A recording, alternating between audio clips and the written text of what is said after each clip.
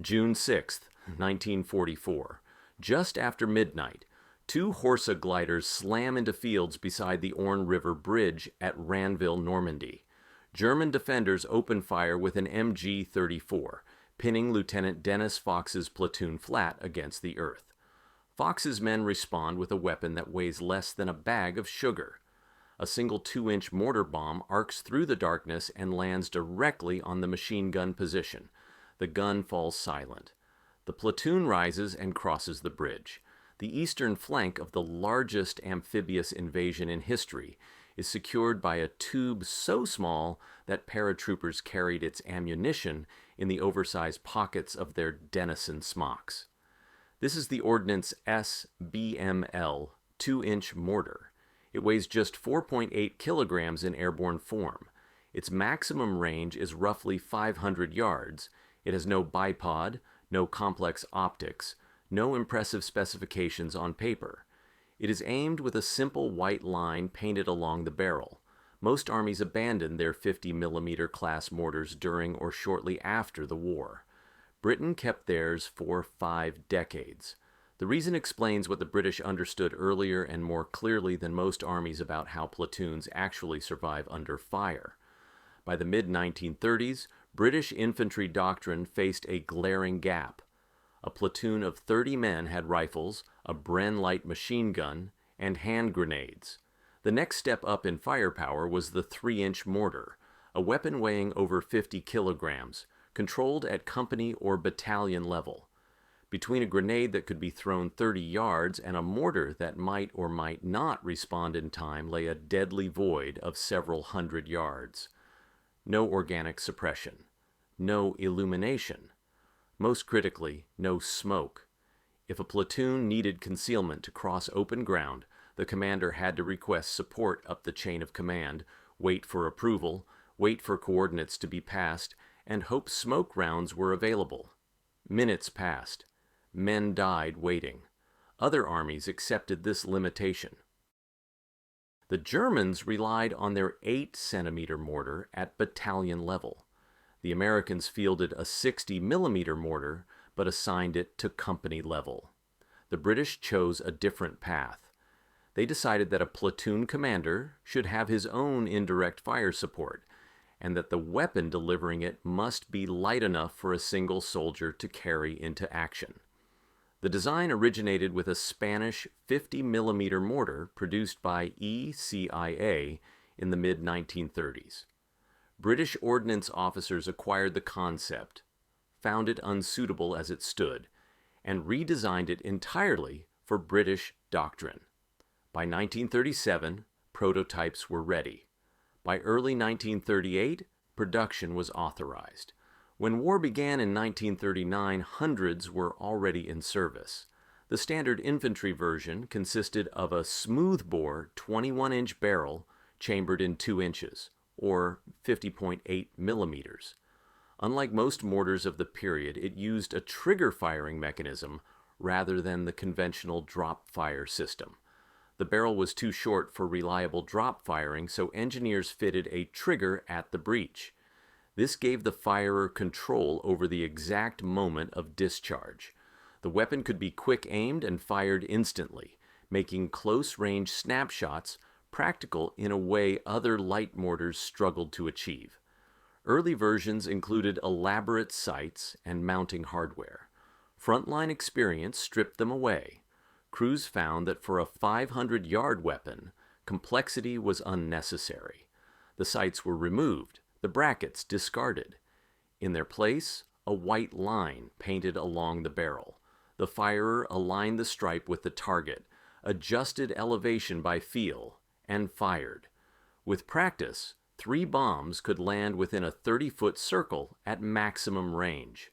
Simplicity replaced complexity without sacrificing effectiveness. Ammunition defined the mortar's true purpose. High explosive rounds weighed roughly 2¼ pounds. White phosphorus rounds created both smoke and a vicious incendiary effect. Titanium tetrachloride rounds produced dense screening smoke without fire risk. Illumination and signal rounds expanded its utility. Production records show smoke rounds were manufactured in roughly double the quantity of high explosive. This was not designed primarily as a killing weapon. It was designed to make British soldiers invisible at the moment they were most exposed. Airborne variants pushed the concept further. Engineers stripped the weapon to its absolute minimum. The Mark VII retained the full barrel but removed the base plate and fittings. Weight dropped to 4.8 kilograms. The Mark VIII shortened the barrel further for parachute operations. Mortar bombs were carried in dedicated leg bags, and the Denison smock's large pockets were perfectly sized to hold them. In some airborne formations, allocation increased to 1 mortar per section rather than per platoon. Smoke was prioritized over explosive power. Paratroopers landing behind enemy lines needed concealment more than destruction. The mortar proved its value repeatedly. At Ranville, on D-Day, it silenced a machine gun that threatened the entire operation. Royal Marine Commandos prepared smoke screens from landing craft during the Normandy landings. In Normandy fighting, accidental smoke rounds once convinced 80 German defenders to surrender, believing they faced a far larger assault. At Arnhem, despite catastrophic resupply failures, mortars carried by individual paratroopers still reached the fight. In Sicily, scattered drops meant containerized heavy weapons were often lost. The 2-inch mortar, carried on the man, reliably arrived in combat. It served in North Africa, Italy, Northwest Europe, Burma, Korea, Malaya, Borneo, Aden, and even the Falklands in 1982.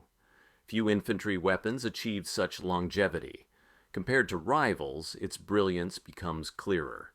Germany's 5-centimeter mortar weighed nearly 3 times as much and lacked effective smoke capability. It was withdrawn from service by 1942. The American 60mm mortar delivered greater range but required a full squad and remained a company asset. The British solved the platoon-level problem at 50mm, where others failed at larger calibers. British infantry doctrine made the mortar central to assault drills. One section suppressed with Bren guns. The 2-inch mortar blinded the enemy with smoke. The assault section advanced under concealment. The 3rd section cut off retreat. The platoon commander needed no permission to create his own concealment. White phosphorus smoke even served as a signal to coordinate movement in the absence of radios. The weapon endured for roughly 50 years before replacement in the late 1980s. Its successor offered greater range but more weight. Even today, India manufactures an enhanced 51mm version based on the same principle. The 2-inch mortar was not the most powerful weapon of the war. It was not the most accurate, but when Lieutenant Fox's men hit the ground beside the Orne River Bridge and an MG-34 opened fire, the weapon that silenced it was not artillery, not an airstrike, not a tank. It was a painted tube carried by one soldier who also carried his rifle, grenades, and rations. That was the British insight. The weapon a soldier has at the moment of contact matters more than the weapon waiting miles behind the line. A platoon that can disappear behind its own smoke survives. A platoon that cannot dies in the open. Lightweight, simple, versatile, not brute force, not over-engineering. The right solution at the lightest possible weight, solving the problem that actually mattered.